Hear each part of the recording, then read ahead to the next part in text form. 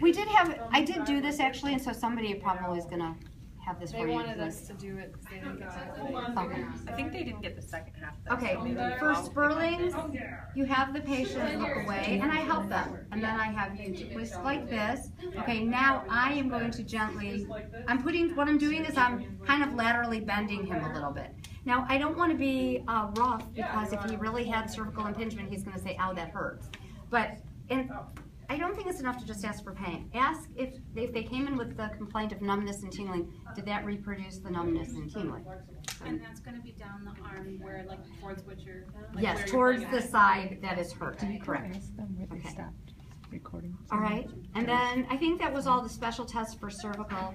The special test for the back was to have the patient stand up. I would have him bend forward, and is it okay if I lift your shirt? Yeah. I would look for... I'm looking for the alignment, and you can't help but feel, and you really should, okay? And I'm looking for the height of his scapulae.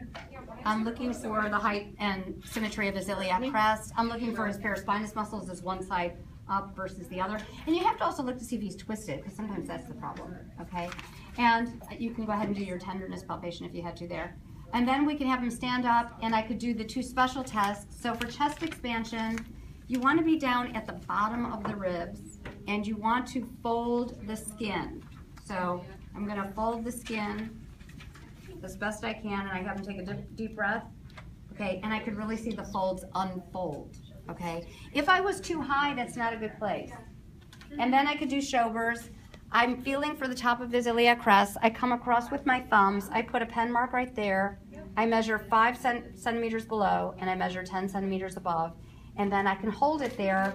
At that point, you don't have to use a pin mark if you don't want. You could hold it. And then he bends forward, and this should wind up stretching beyond 5 additional centimeters. Okay, that's Schober's. After that, did we finish all the back special things? You would mention that you would do all of the correct reflexes. So for the cervical spine, you would do the upper extremity reflexes. For the lumbar spine, you would do the lower extremity reflexes. You would mention that. Okay.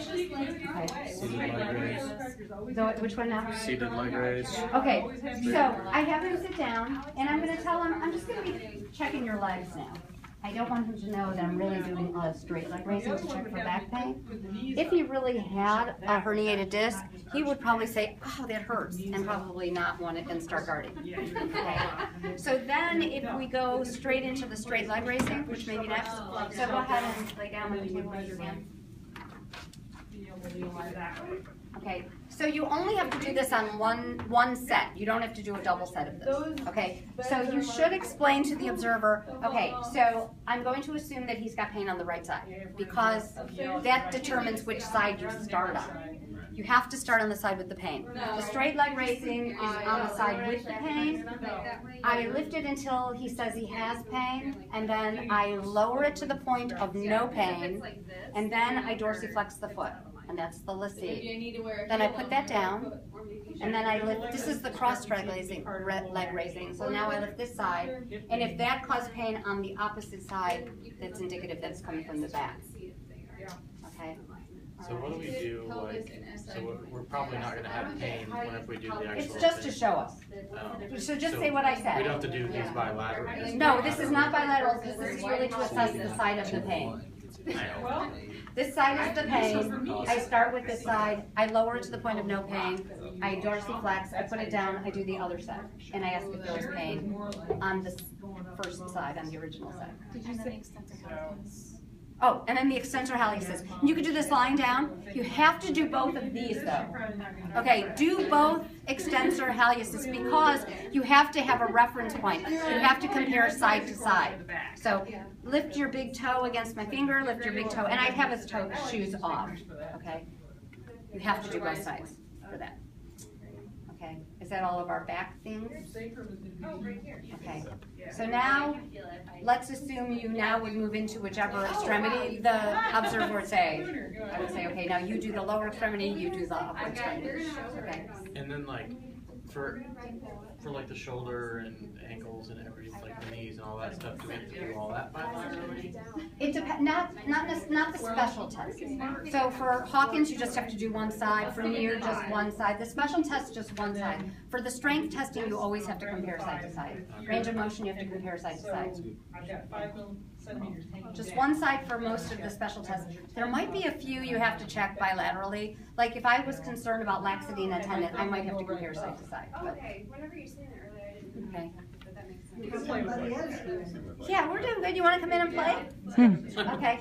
All right. So do you want to go on to another shoulder? Okay. So you want to sit up? So for all of them, you're inspecting. You should have the shirt off because you have to see the roundness of the shoulder, the height of the shoulder. You have to look at the whole thing. And then for range of motion, you put your hands on the patient and you're feeling for crepitus in all directions. Okay? For active range of motion, have the patient do it, whichever directions we're saying. Make sure you do the directions that are correct. So this is shoulder flexion, this is extension, this is abduction, this is adduction. This is internal rotation, and this is external rotation. Okay? So just make sure you do the correct thing. Okay? So was that the passive ones? And palpating all the special places. Go run your hand along the clavicle. Yeah, the clavicle, the acromion, the AC joint, the greater tubercle is the top. And if you're having a hard time finding the greater tubercle, move the humerus around. It helps. Okay, and then I know I'm on the humerus. Okay, it's also helpful to find the long head of the biceps, and that helps me to find the greater tubercle as well. Okay. That's why you can't do both at the same time. Okay, so right in here. This is long head. I do, but only if something's chasing me. Okay. So, and some of us have more muscle. It's hard to actually feel. Sometimes the bony. So practice on different people, so you get the general idea. And for the light touch on the deltoid, should we just use our finger Oh. or do we need to use cotton? Okay, for the light touch on the deltoid, so you sort of should do it the same way that you did it for a neuro test. So I'd have him close his eyes. Tell me when you feel me touch. So you're like this. Okay. Or you could ask him where. Feeling my right, feeling my left, and I might feel a couple different places. It's to get the Sargent patch area.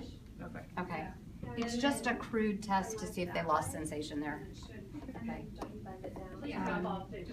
What else? Was that the end of the inspection? Are we doing special test now? Yeah. Okay, so near is near the ear, so you have the patient rotate, internally rotate, thumb down, and then near the ear. And you could do both sides for this if you were having any, like you wanted to compare both sides. That would be fine. You don't have to. Okay, for empty can. So for abduction, I may have done this or I may have done this. Either one's fine. For empty can though, arms are out and then you do 45 degrees in and then rotate down. And then, so I'll have him do that. Okay, in like this, and then I say, don't let me push up. This is empty can. That's empty can. So it's very similar to abduction, but I specifically now put him internally rotated in 45 degrees. Yeah, that's the best way to do the empty can. Okay. You go. And Hawkins. Okay, so picture what you're doing. The supraspinatus comes across under the acromion. If there was a hooked acromion, you're rolling the supraspinatus tendon under that. So I would have him be like a bird, like a wing, okay? And I'm going to roll him under in both directions. He could do it, he could help me do it, or I could do it for him, okay? And it's okay if you did it in this position. I find I get better rotation in this position. Okay. Okay. So is that all the shoulder ones? Oh, we didn't test strength for internal and external rotation.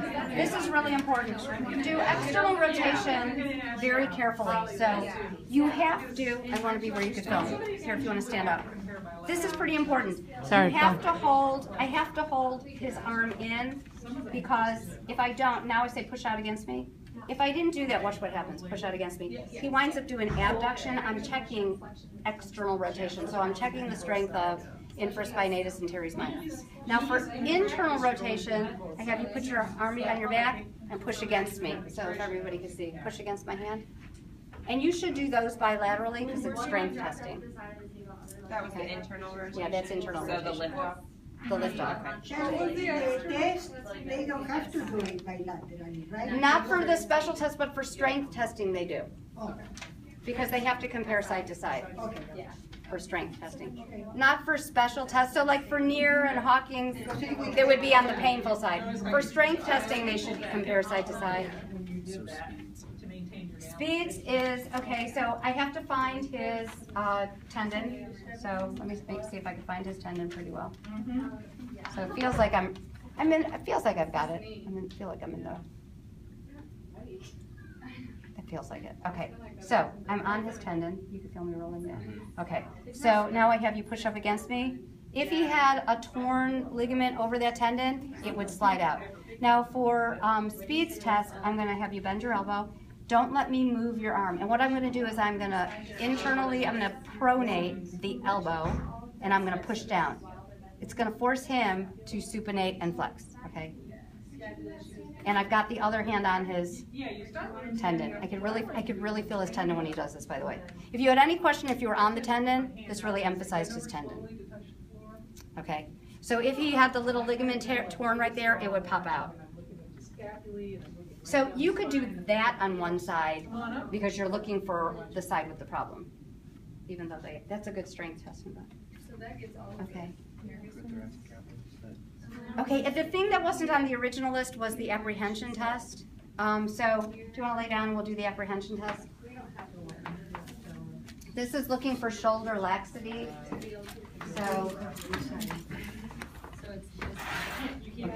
So I would have his elbow. So just doing this, he might start to feel pain. I might stop when he says, ah, that hurts, because what it's doing is rotating his humeral head kind of anteriorly. And it's okay if it's more out like this. I think YouTube has it more out. That's totally fine. And then when he says ow, I stop. And then I say, does this relieve it? And I'm pushing down. So I'm pushing it back in. And if he says that relieves it, and I could be closer to his shoulder joint, then that's kind of a positive that his shoulder joint is lax. Okay, and you only have to do that on one side. I think Matt was saying that YouTube had you push here. That could probably work too. That's probably fine. But Ken had you do it pushing here. So I just like to do. I do it the way Ken says, but they're probably both good. Okay. Anything? Any other shoulders? Bruise test. Oh, now we'll do thoracic outlet. Do you mind being the patient with this? Okay. Thoracic outlet. There were a couple options. I added an option in there. I didn't add an extra test, I added an option. So I have the patient, first is ruse, that's not optional. Have the patient flap for a minute. You won't have to do it for a minute. And what you're looking for is if they start to feel numbness and tingling somewhere in the minute. If they feel numbness and tingling in less than a minute, you could stop. It's a positive test.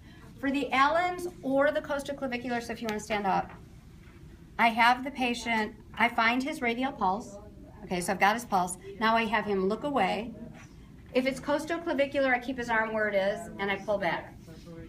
If it's Allen's, it's the same thing, but it's higher. It's the exact same test. There's no reason not to do both because actually I feel his pulse so much better like this, but I want to pull back to see if it disappears. Yours starts to disappear a little bit. You guys carry such heavy backpacks.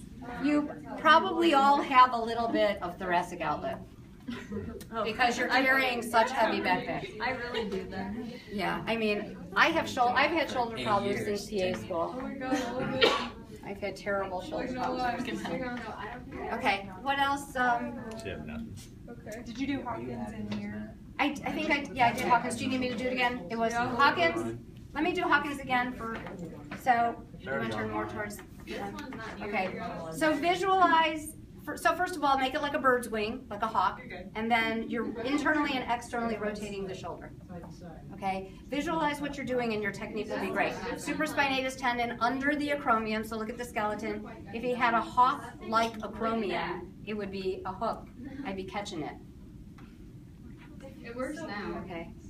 And the same thing with near the ear. He rolls his hand internally rotating and near his ear. That would also catch it. Pressure on the scapula while we're doing that. Bates had said something. We can just have them do that. You don't have to put any pressure.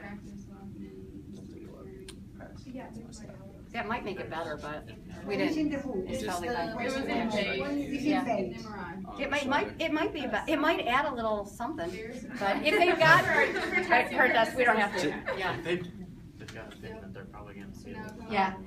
I feel He it. knows. I Yeah. feel it, like I can